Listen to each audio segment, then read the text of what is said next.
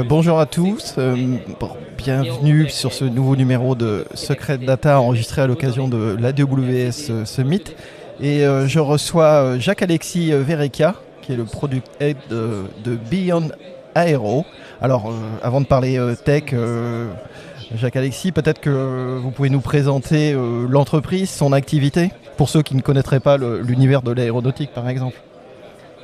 Oui, déjà merci beaucoup de me recevoir pour ce podcast. Alors Beyond Aero, c'est une start-up toulousaine qui a été créée il y a 5 ans et qui a pour ambition de certifier et commercialiser le premier avion d'affaires électrique conçu autour de la propulsion hydrogène. Alors ça fait beaucoup de mots un peu techniques, donc si je décrypte ça, en fait c'est né d'une ambition, d'une vision, à savoir que l'aéronautique un jour allait devenir électrique. Si on veut attaquer le challenge climatique qui est devant nous, il va forcément falloir ces innovations de rupture. Et du coup nous on part sur cette vision qu'un jour ce sera électrique. C'est pas une question de si, c'est une question de quand. Et du coup, si on parle d'électrique, pourquoi j'ai parlé d'hydrogène Pour la simple et bonne raison que les technologies à batterie sont beaucoup trop lourdes. La densité énergétique n'est pas du tout bonne pour voler. La masse, c'est vraiment l'ennemi de l'avion. Et donc la seule façon d'emmener de l'électricité dans un avion, c'est de le faire via de l'hydrogène. On prend de l'hydrogène qu'on mélange avec de l'oxygène en l'air, ça fait l'électricité qui alimente des moteurs électriques, et donc on est vraiment zéro émission en vol. Et du coup, pourquoi on commence par l'aviation d'affaires C'est parce qu'on a une approche très pragmatique, on est une start-up, on peut se permettre de tenter des choses sans but précis. L'aviation d'affaires, c'est un marché qui permet de faire des avions qui sont un peu plus petits, donc qui permet d'utiliser des technologies qui existent déjà, de les embarquer dans un avion de entre guillemets petite taille, même si c'est quand même assez lourd, et le certifier. C'est un marché qui est très appétant pour les innovations. C'est là où on a vu les premiers composites, les premières winglets, ces petites ailes en bout d'aile. Et c'est aussi un marché qui a on va dire les ressources financières pour financer ce genre d'innovation, parce qu'il est quand même pas mal critiqué par les médias, ce genre de choses. Donc il y a pas mal d'incentives, pas mal de paramètres qui font ça. Et du coup, l'hydrogène dans un avion nous permet d'atteindre des rayons d'action avec les technologies actuelles qui atteignent des 1500 km de rayons d'action. À titre de comparaison, si on avait le même avion avec des batteries, on pourrait aller à 200 km. Donc on voit vraiment qu'il y a un fossé qui est débloqué par l'utilisation de l'hydrogène. Donc voilà, tout ça c'est ce qui constitue Beyond Aero, qui est aujourd'hui une centaine, un peu moins de 100 personnes. D'accord. Je vous ramène sur le sol, sur la terre ferme, pour parler techno. Qu'est-ce que ça veut dire pour une start-up dans votre secteur en termes d'investissement, de choix de techno? Quels sont un peu les grands composants que vous utilisez aujourd'hui pour fonctionner? Alors, je pourrais en parler pendant des heures, mais je vais essayer d'être très concis. Si on rentre dans la technique pure de l'avion en tant que tel, nous on fait un avion conventionnel, donc on réinvente pas la roue, on utilise des technos même sur hydrogène qui existent déjà. Mais on est une start-up, du coup on est parti vraiment d'une feuille blanche. L'avion aussi c'est une feuille blanche, on ne prend pas un avion existant qu'on transforme.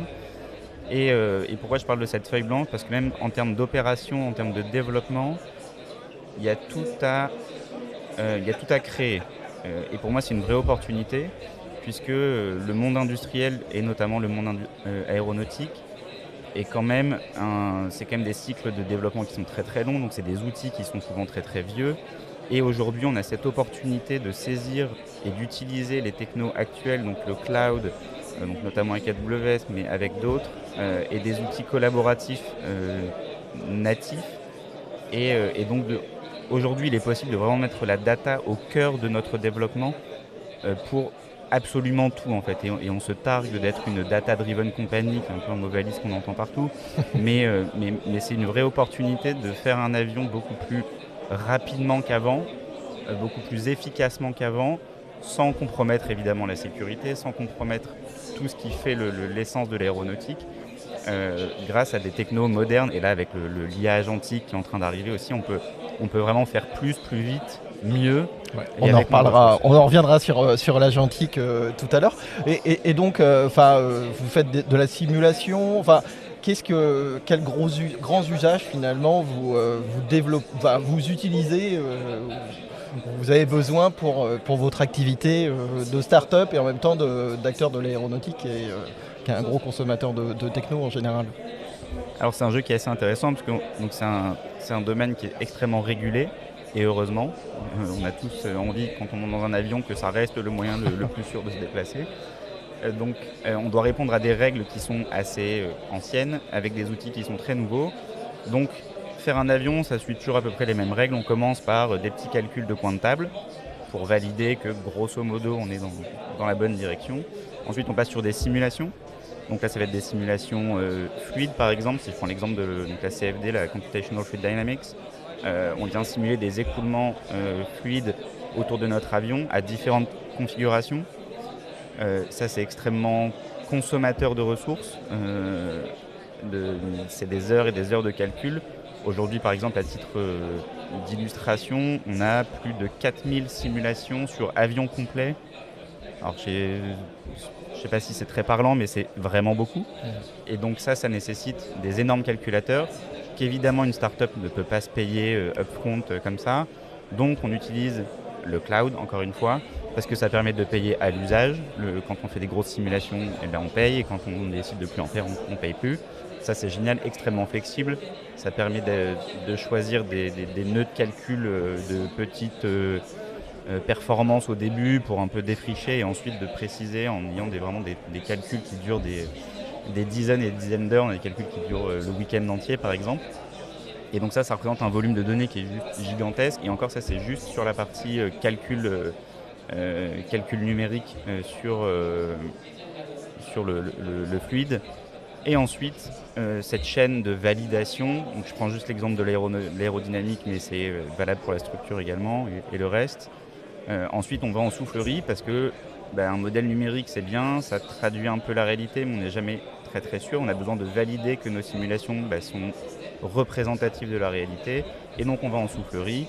Et pareil, la soufflerie génère une quantité de données monstrueuse. Il y a des capteurs absolument partout qu'il faut rapatrier, qu'il faut être capable de comparer avec nos résultats de simulation pour recommencer cette loupe et avancer le développement ainsi. Vous le dites, beaucoup de puissance de calcul, beaucoup de données, génération de données. Est-ce que, comme dans d'autres organisations, l'IA générative, c'est des technos, des modèles qui peuvent vous aider aujourd'hui? Puis peut-être qu'après, on abordera, et le temps nous est compté, la question de l'agentique, comment vous projetez peut-être, produisez déjà aujourd'hui des cas d'usage agentiques. Alors l'IA, en toute franchise, quand j'ai rejoint l'entreprise il y a 4-5 ans, je voyais quelques cas d'usage, mais alors je ne me projetais pas du tout sur ce qu'on est en train de faire aujourd'hui. Et vraiment, je pense qu'il y a des opportunités absolument partout, qu'on a tout envie de saisir, mais il faut un peu les prioriser. Si je prends quelques exemples, donc je l'ai dit, on a beaucoup de simulations, on a beaucoup de tests de soufflerie par exemple, et naviguer entre toutes ces simulations, c'est compliqué. Et souvent, les métadonnées, on les met dans les noms des fichiers, puis en fait, on s'y perd, on perd de l'information. Aujourd'hui, avec les technos actuels, on est capable, sur un exemple très très simple techniquement, c'est qu'on a construit un MCP qui permet de chatter avec nos simulations. Sauf que, évidemment, les simulations, elles ont des noms de variables absolument barbares.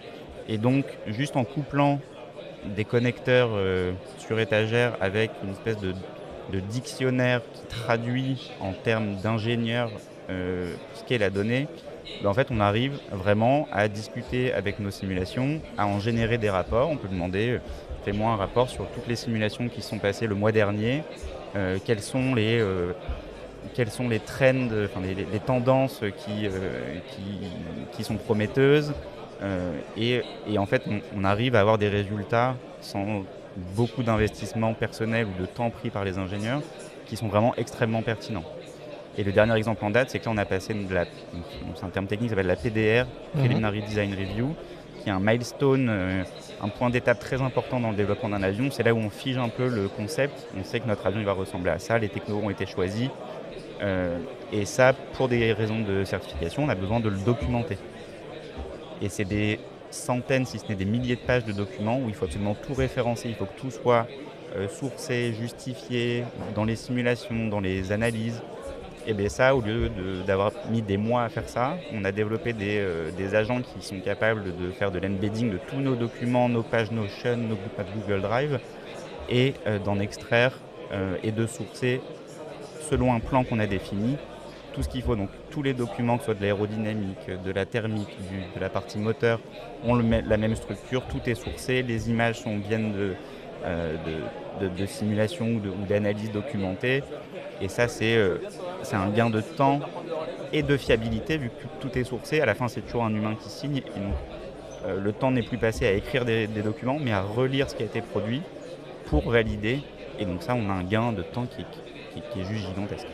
Et une toute dernière question, brièvement, il y a d'autres usages sur lesquels vous projetez grâce à ces premières expérimentations, enfin ces expérimentations en production, donc en tout cas grâce à ces premiers pas? Il y a beaucoup d'usages, si je peux en mentionner un, parce qu'à mon avis, il a énormément de potentiel de création de valeur, et pas que dans l'aéronautique. Je pense que c'est absolument crucial dans toute l'industrie. C'est par exemple donc, on a un avion qui répond à des requirements, et du coup, dès qu'on va faire un changement, donc on est une centaine de personnes, équipe élargie, si on fait un changement quelque part, je ne sais pas, un ingénieur qui va changer la taille du pneu, j'en sais rien, je prends un exemple comme ça, ce changement risque d'avoir des impacts sur les autres systèmes. Et donc avant, ce qui se passait, c'est que souvent, on en discutait au café, puis du coup, l'info sortait, ou alors c'était dans une réunion plénière, ou alors c'était lors d'un summit au bout de 3 mois, où on faisait un bilan global dans l'entreprise. Aujourd'hui, avec des agents que j'appelle de vérification de compliance, désolé pour l'anglicisme, en gros, on aura la possibilité, grâce à tout ce mapping d'informations et de qu'est-ce qu'est un avion en termes de données, la possibilité d'aller vérifier que ce changement-là en fait ne va pas invalider les autres requirements, les autres systèmes, que tous les tests qui ont été faits sur nos bancs de tests sont toujours couvrent en tout cas ce changement, ou alors s'ils ne le couvrent pas, d'en être informés, et donc ainsi de pouvoir un peu aider à l'orientation des développements, à la priorisation des tâches pour avancer encore une fois de manière la plus pragmatique et la plus efficace possible. Parfait. Jacques-Alexis, merci d'avoir participé à ce podcast.